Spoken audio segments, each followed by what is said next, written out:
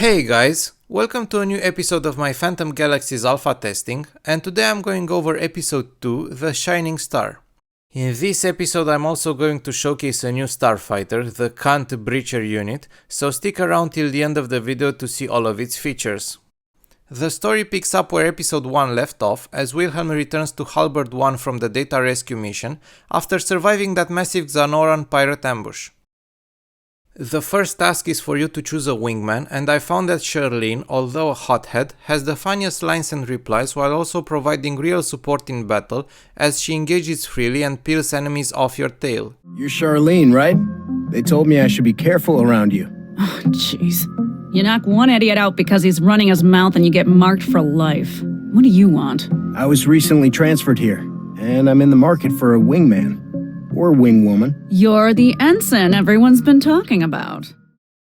Once you secured your wingman or wingwoman in my case, Commander Silva sends you on a mission to investigate a Chareux Junkers pirate blockade that was relaying strange signals. Obviously, some pirates and the frigate were waiting for you, and once you clear them out you have to hack a junker array which was the source of the signal.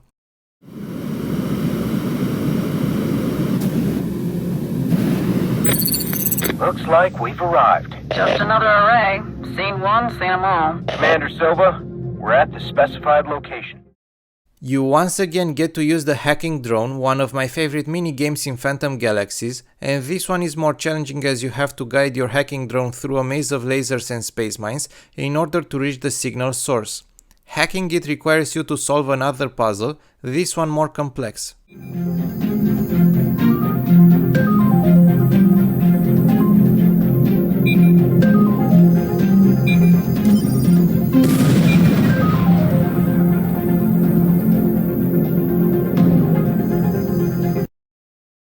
The interaction between visual and sound effects is extremely satisfying. I felt rewarded after each enemy, drone or asteroid I destroyed, or even when I solved the hacking puzzles.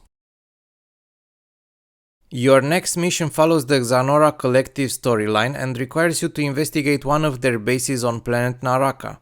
This has to be my favorite mission so far because once you reach your destination, after neutralizing some orbital defense units, you get to land on the planet's surface in order to locate their leaders.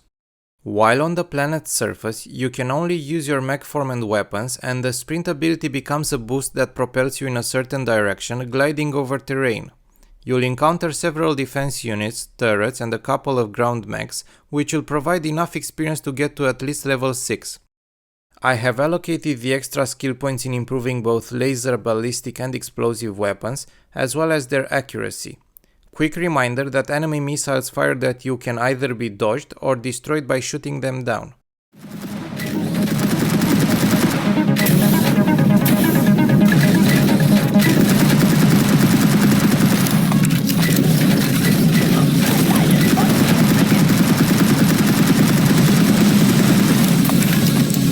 Warning. Enemy missiles incoming.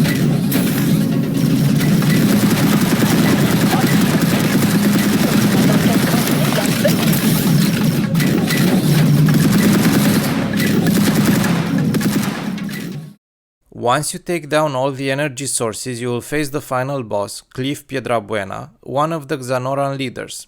He is also using a ground mech, but a much larger one, which has multiple abilities that you need to dodge. A charged blast, a barrage of missiles, and a forward-moving AoE attack that also stuns you. Mid-fight he becomes untargetable, being shielded by a couple of drones that need to be destroyed.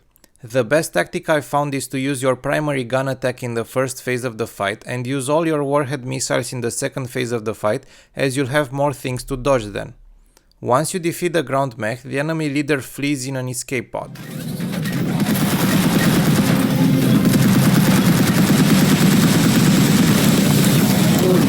Shield bubbles depleted.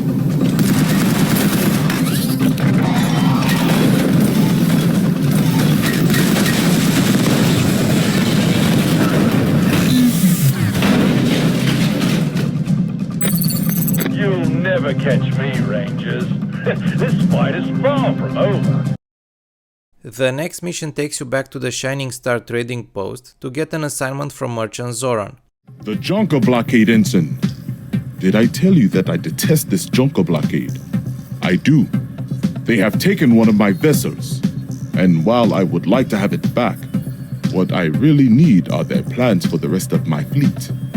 Can you hack the vessel and send me the bastards' downloaded logs and message traffic? That will keep me out of their thieving clutches. He requires you to rescue one of his ships trapped by the Junker blockade, while also securing some enemy intel. As usual, the Junker pirates will try to oppose you, so you have to take them down while Zoron's ship is escorted to safety.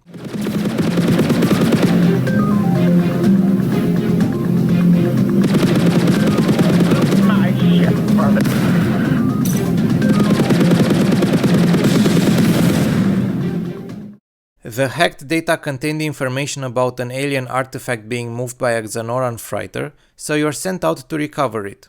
A new mechanic is presented to the player as the enemy fighter is protected by a shield, so you have to take down the field generators that power it. The fighter was just a decoy, but I decided to destroy it nonetheless. On another nearby ship. Zoran's right. Xanorra Collective while the fighter. Once you finish the remaining enemies, you have to track down the real fighter and destroy it.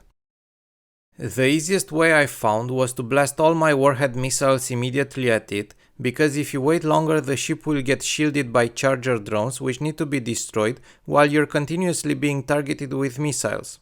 Completing the mission provides enough experience to get to level 8, and this time I boosted my defenses a bit. Once you return to Halberd 1, you should have enough credits to be able to purchase a second starfighter. As I had already tried the Kierkegaard Buster unit, I decided to go for the third option, the Kant Breacher unit, which specializes in close combat as he uses a shotgun-style primary weapon while in mech form. The final mission of the episode requires you to investigate a conflict between the Xanorra Collective and the Chareux Junkers factions, and the best way to solve it was to annihilate both. I got to enjoy the new starfighter as once you get close enough to your enemies, you can pretty much one or two shot them. Seeing it in action, I can't wait to test out the fourth robot, the Voltaire, in a future alpha testing episode. I also completed 2 more side quests I received from the Shining Star Trading Outpost, a bounty hunt and a delivery task, in order to stack more credits for the upcoming starfighter releases so I can diversify my fleet. Overall, Phantom Galaxies keeps on delivering quality content and amazes me with its high variety of missions, minigames and playstyles. Characters are well designed, voice acting is superb, and animations are on a cinematic level, making each battle feel epic. I can't wait to discover more of the storyline and finally face the Shahar, but I believe that it will be reserved for the final episode of the alpha testing. If you want to see my episode 1 review as well, follow the link. Let me know down in the comments which episode was your favorite so far, and as usual, if you found this content helpful, make sure to drop a like and subscribe. Thanks for watching.